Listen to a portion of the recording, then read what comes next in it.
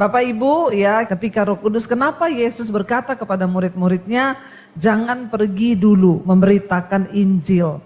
Tunggu sampai engkau dipenuhi Roh Kudus, baru engkau boleh pergi. Ya, mengapa? Itu satu hal yang sangat serius sekali sampai Yesus melarang mereka untuk pergi sebelum dipenuhi oleh Roh Kudus. Nah, kita tahu bersama ketika sebelum Petrus dipenuhi Roh Kudus, waktu Yesus ditangkap, orang bertanya, ya ini juga muridnya. Petrus jawab apa? Aku enggak kenal dia. Ya, memang membuktikan sahabat sejati itu waktu kita dalam kesukaran. Ketika Yesus lagi dipuji-puji, banyak yang datang-datang ngaku murid, termasuk Petrus dan semua teman-temannya. Tapi ketika Yesus ditangkap dalam kesulitan, bahkan mau dibunuh, ya ditanya, ini temannya dia? Jawabannya, bukan. Ya, sahabat sejati itu terbukti ketika engkau ada dalam kesulitan. Waktu kita lagi senang, banyak yang datang ngaku-ngaku saudara. Ya, bahkan gak dikenal pun ngaku, oh iya ini saudara loh. Ya, saudara dari mana? Ya sepupu berapa kali, lain kali. Ya, itu banyak.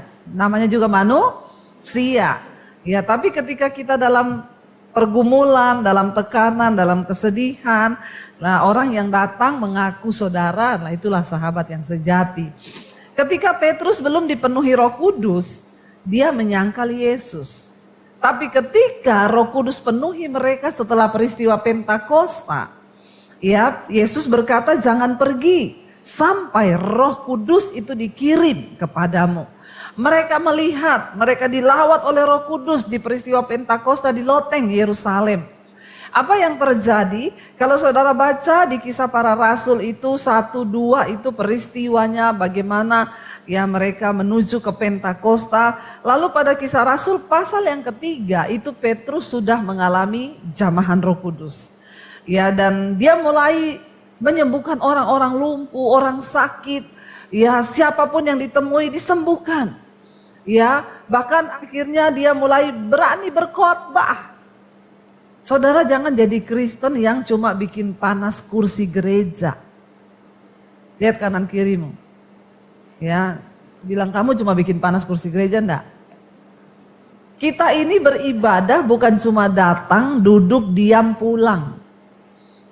Tapi mari kita lakukan sesuatu, ambil bagian di dalam kerajaan Allah. Ini masih banyak kursi yang kosong. Ya, ajak saudaramu, temanmu, tetanggamu. Mereka yang belum bertobat mungkin. Ya, 1-2 kali tapi dia menolak, Bu. Enggak apa-apa, coba terus. Ya, beritakan tentang Yesus. Tapi memang hidup kita dulu harus berubah.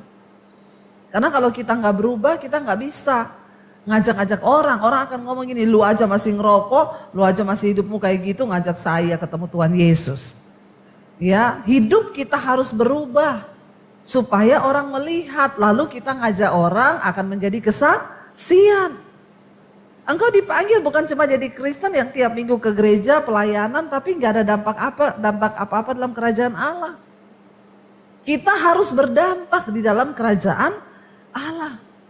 Semakin kita berdampak, Tuhan akan semakin perluas kapasitas kita. Supaya semakin banyak kita berbuah, amin. Ya, Yesus berkata, engkau itu ranting, aku ini pokok anggur. Barang siapa tinggal dalam aku, dia berbuah. Persoalannya banyak orang ngaku tinggal dalam Yesus, tapi kok gak berbuah? Nah itu pertanyaannya. Ya, apakah kita sungguh-sungguh tinggal di dalam Kristus atau tidak? Ya, dan akhirnya Yesus bilang kalau dia berbuah, dia akan semakin dibersihkan supaya semakin banyak berbuah. Tapi kalau nggak berbuah jadi ranting kering akan dipotong dan dibakar di dalam api. Maka kebinasaan. Nah Bapak Ibu, akhirnya Petrus mulai menyembuhkan orang lumpuh. Dia ketemu orang dilayani. Ketika Roh Kudus memenuhi rasul-rasul, mereka mulutnya tidak tahan untuk menceritakan siapa Yesus. Harusnya kita juga begitu. Ya waktu kita jadi Kristen, kita dipenuhi Roh Kudus, ya. Maka engkau akan pergi, buahnya apa? Engkau tidak akan tahan ketemu orang, engkau akan cerita tentang kasih Tuhan. Masihkah itu ada dalam hidup kita ketika kita ketemu orang, kita bersaksi, kita cerita tentang Tuhan, ya, atau ya cerita tentang saham. Ya, banyak hamba Tuhan kalau ketemu yang diceritain saham, bukan Tuhan. Ya, ini jadi pertanyaan, apa yang kita ceritakan ketika kita berjumpa dengan orang yang kira-kira belum kenal Yesus? Apakah kita bersaksi tentang siapa Tuhan? Ya, ketika orang dipenuhi Roh Kudus, maka dia nggak akan bisa tahan. Rasul-rasul pada waktu itu mereka dipenuhi Roh Kudus.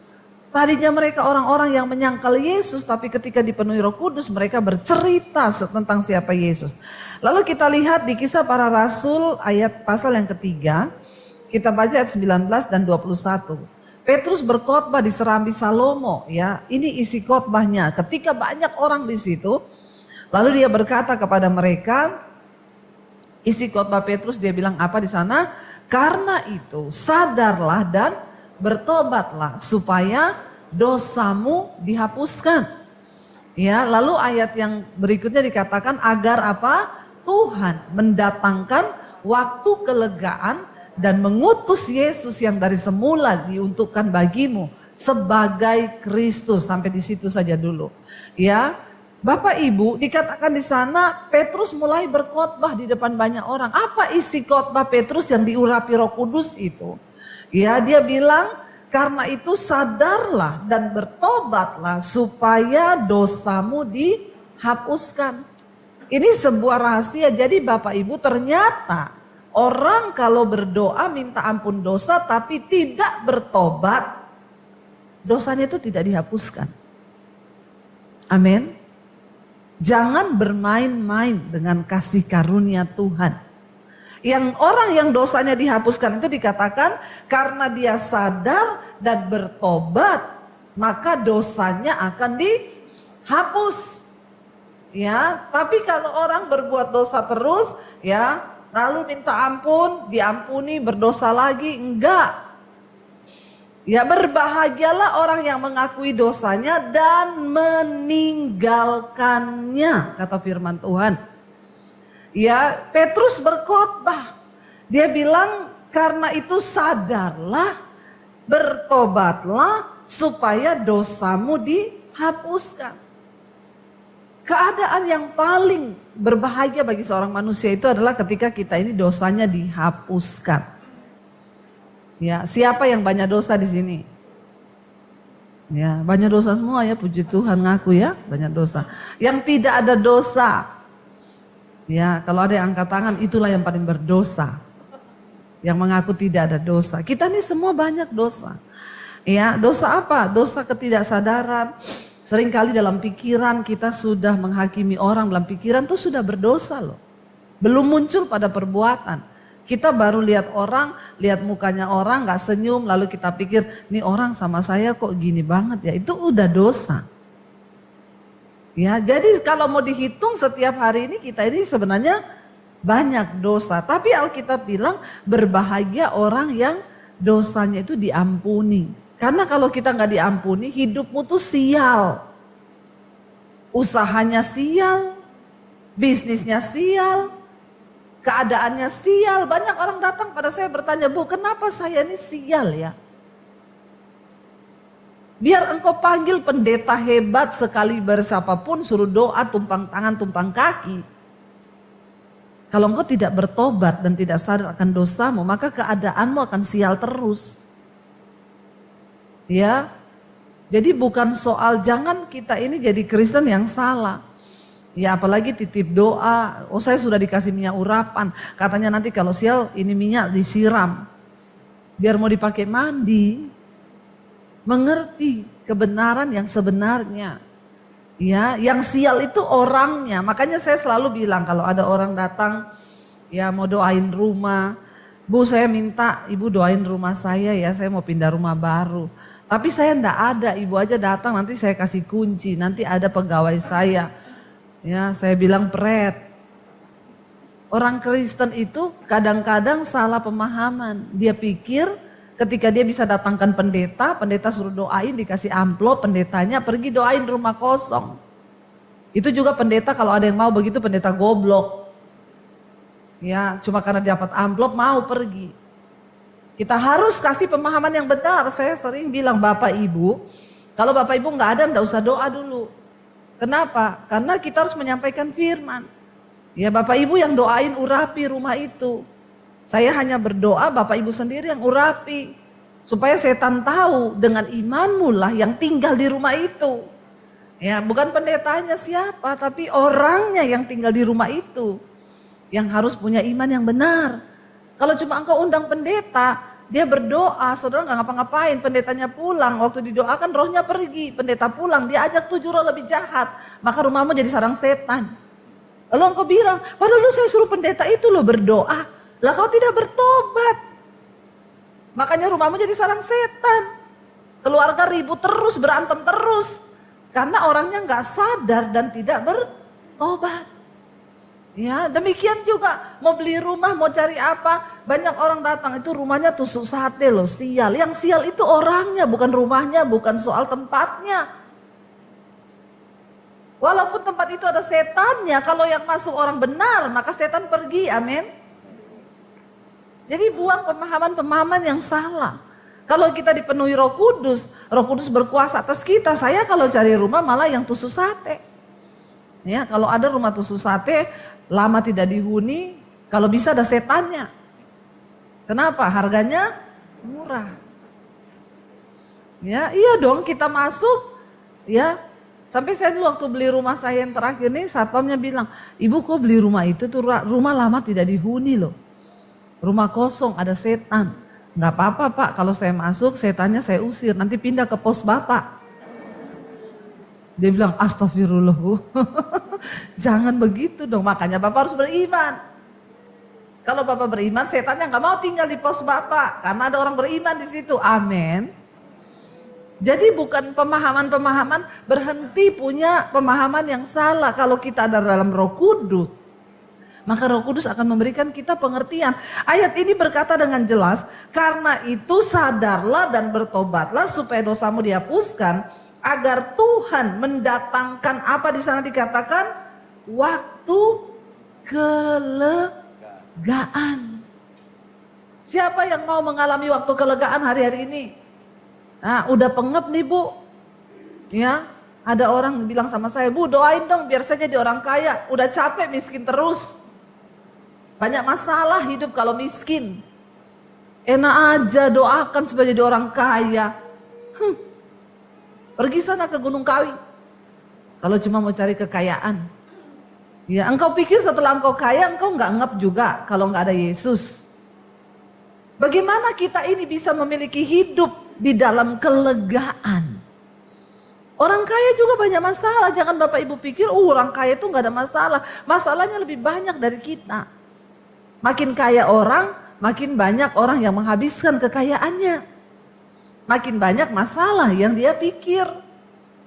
Orang punya rumah satu, pikirannya satu. Tapi kalau punya rumah dua, pikirannya, jangan pikir setelah kaya itu nggak ada pikiran apa-apa, justru.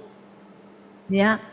Tapi dalam Tuhan Yesus, ketika kita punya Roh Kudus, kita dibilang, dikatakan di sana, kita dituntun kepada pertobatan, ya. Kita dituntun kepada kesadaran akan hidup, lalu dibilang di sana kita ini akan dibawa Tuhan, ya, maka Tuhan akan mendatangkan waktu kelegaan. Amin. Ya, waktu kelegaan. Orang tuh kalau lega gimana saudara? Ya, lega itu, aduh puji Tuhan, itu lega, amin.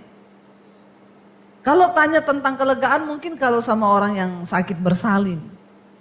Ya itu sakit minta ampun, tapi ketika anaknya sudah keluar, lega enggak dia? Aduh lega. Ya yang pernah hamil pasti tahu rasanya. Jadi kita tahu apa yang namanya kelegaan. Tanya lagi apa itu kelegaan? Tanya sama yang dikejar-kejar debt collector. Ya banyak yang tertawa ya, jangan-jangan lagi jadi sasaran. Ya, orang kalau dikejar utang, ya aduh itu rasanya ya, dua hal yang membuat jantung berpacu dengan cepat, jatuh cinta dan jatuh tempo. Ya, tanya tentang kelegaan terus tanya sama orang yang punya utang. Nggak enak kalau sudah mau jatuh tempo itu dikejar-kejar. Aduh ya, tapi kalau sudah lewat lega.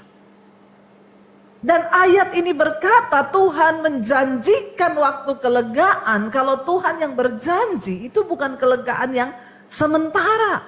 Amin.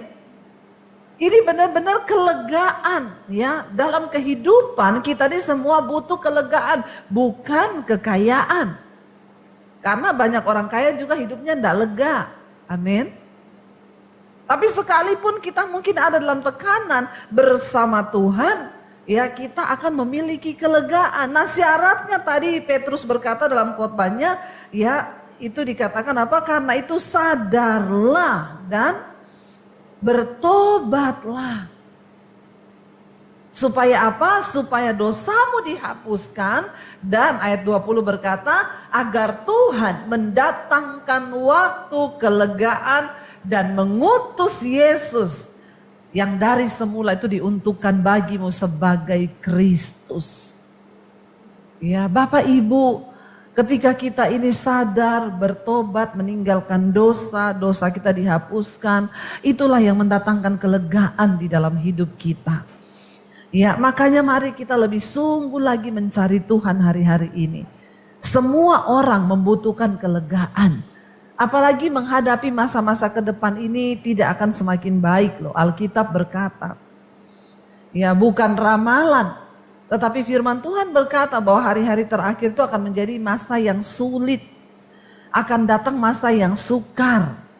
Ya, orang akan mencintai diri.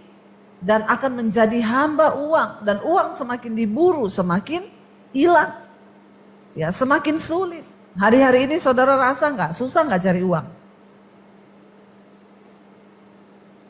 Susah nggak cari uang Bapak Ibu?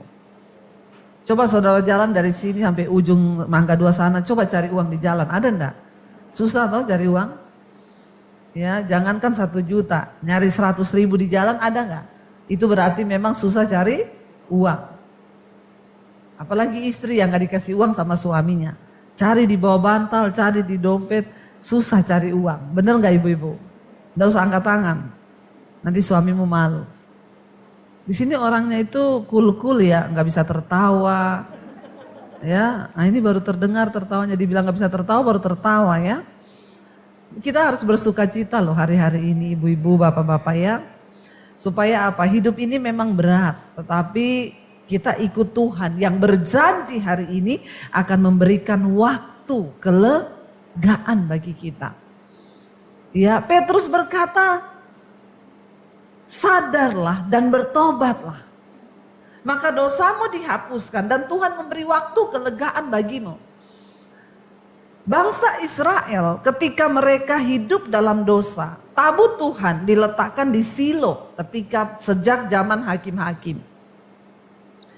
Ketika tabut Tuhan ditaruh di Silo, di tempatnya Imam Eli dan kedua anaknya Hofni dan Pinehas. Mereka berbuat dosa di hadapan Tuhan. Alkitab berkata, kedua anaknya ini tidak menghormati Tuhan. Persembahan yang dibawa oleh bangsa Israel sebagai korban bakaran bagi Allah, mereka ambil lemak-lemaknya, mereka bakar, mereka makan. Padahal itu untuk Tuhan.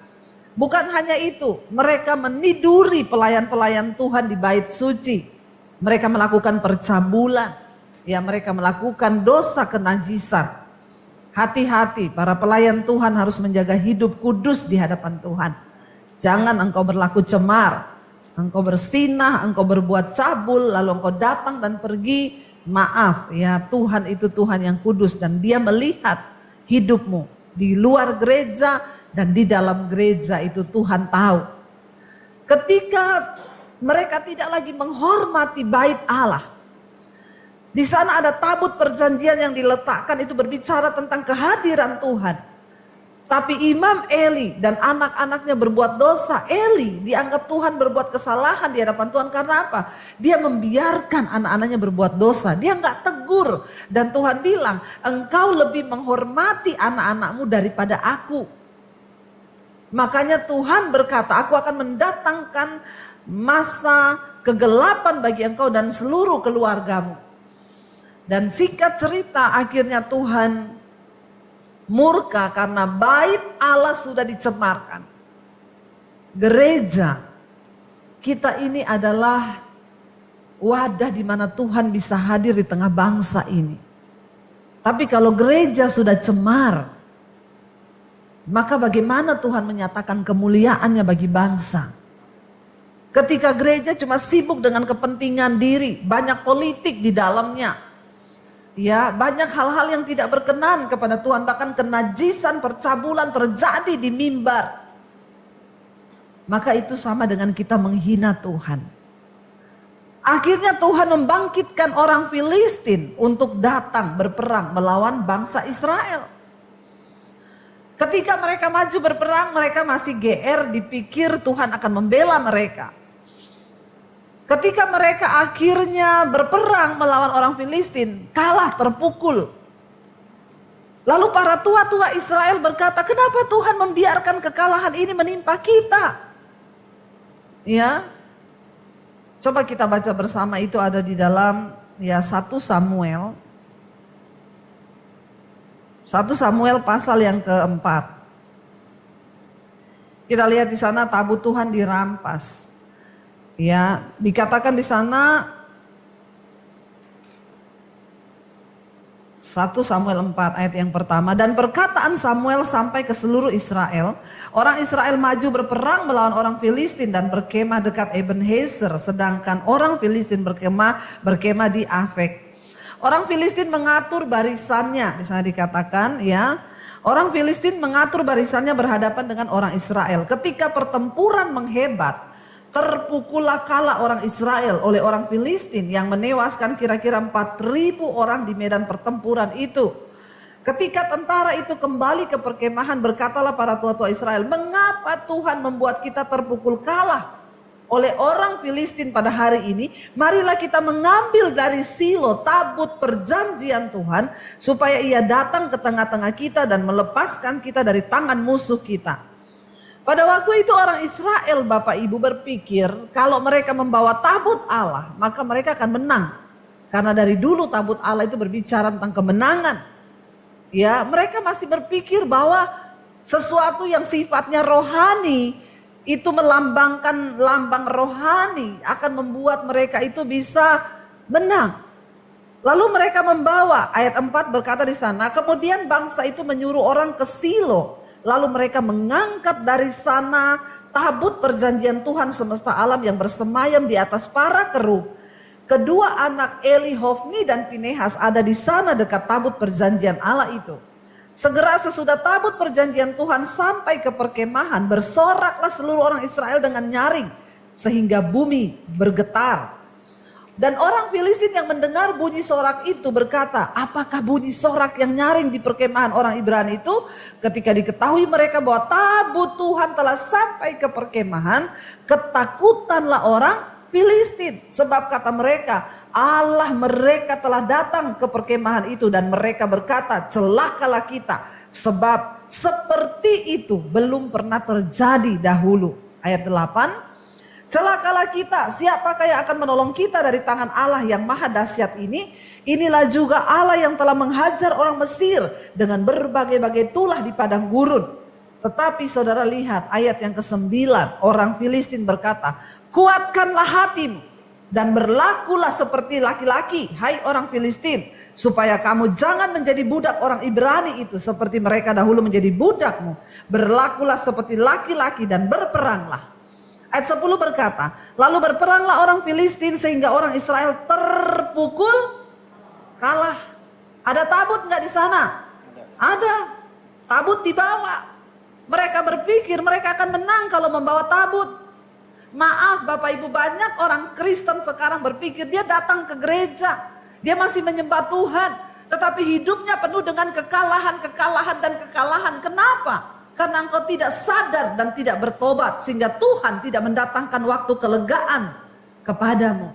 Kalah, tabut dibawa. Lalu dikatakan di sana apa? Ya, maka kalahlah, ya, terpukul kalah orang Israel. Lalu berperanglah orang Filistin, ayat 10, sehingga orang Israel terpukul kalah. Mereka apa? Melarikan diri masing-masing ke kemahnya. Amatlah besar kekalahan itu dari pihak Israel. Gugur berapa?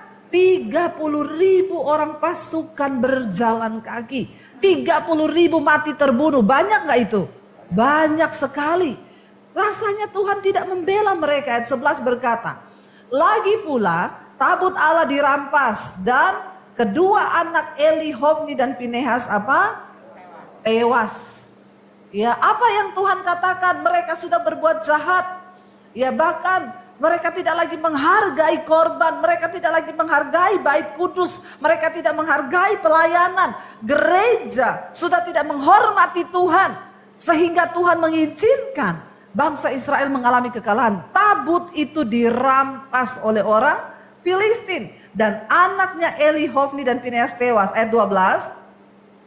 Seorang dari suku Benyamin lari dari barisan pertempuran pada hari itu juga. Ia sampai ke Silo dengan pakaian terkoyak-koyak dari medan pertempuran loh. Dia lari ke tanah ya, dengan tanah di kepalanya.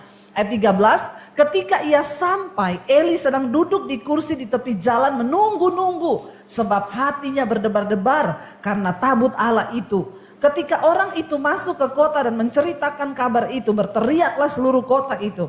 Ketika Eli mendengar bunyi teriakan itu, bertanyalah ia, keributan apakah itu? Lalu bersegeralah orang itu mendapatkan Eli dan memberitahukannya kepadanya. Eli sudah umur 98 tahun umurnya dan matanya sudah bular sehingga ia tidak dapat melihat lagi. Kata orang itu kepada Eli, aku datang dari medan pertempuran. Baru hari ini aku melarikan diri dari medan pertempuran. Kata Eli, bagaimana keadaan anakku? Jawab pembawa kabar itu, orang Israel melarikan diri dari hadapan orang Filistin. Kekalahan yang besar telah diderita oleh rakyat. Lagi pula kedua anakmu Hofni dan Pinehas telah tewas dan tabut Allah sudah dirampas. Sebelum kisah ini Tuhan sudah berkata kepada lewat Samuel kepada Eli, karena engkau tidak menghormati kekudusanku, kedua anakmu akan mati dalam waktu yang bersamaan.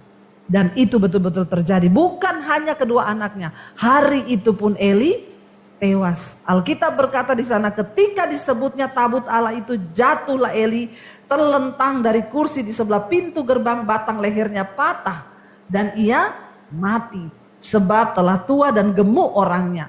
40 tahun lamanya ia memerintah sebagai hakim atas orang Israel. Tidak sampai di situ. Adapun menantunya, perempuan istrinya Pinehas, anaknya itu, ya sudah hamil tua. Ketika didengarnya kabar itu bahwa tabut Allah telah dirampas dan mertuanya laki-laki serta suaminya telah mati, duduklah ia berlutut lalu bersalin mendadak saudara. Sebab ia kedatangan sakit beranak hari itu juga. Ketika ia hampir mati, berkatalah perempuan-perempuan yang berdiri di dekatnya, janganlah takut sebab engkau telah melahirkan seorang anak laki-laki. Tetapi ia menjawab dengan tidak memperhatikannya. Ia menamai anak itu Ikabod.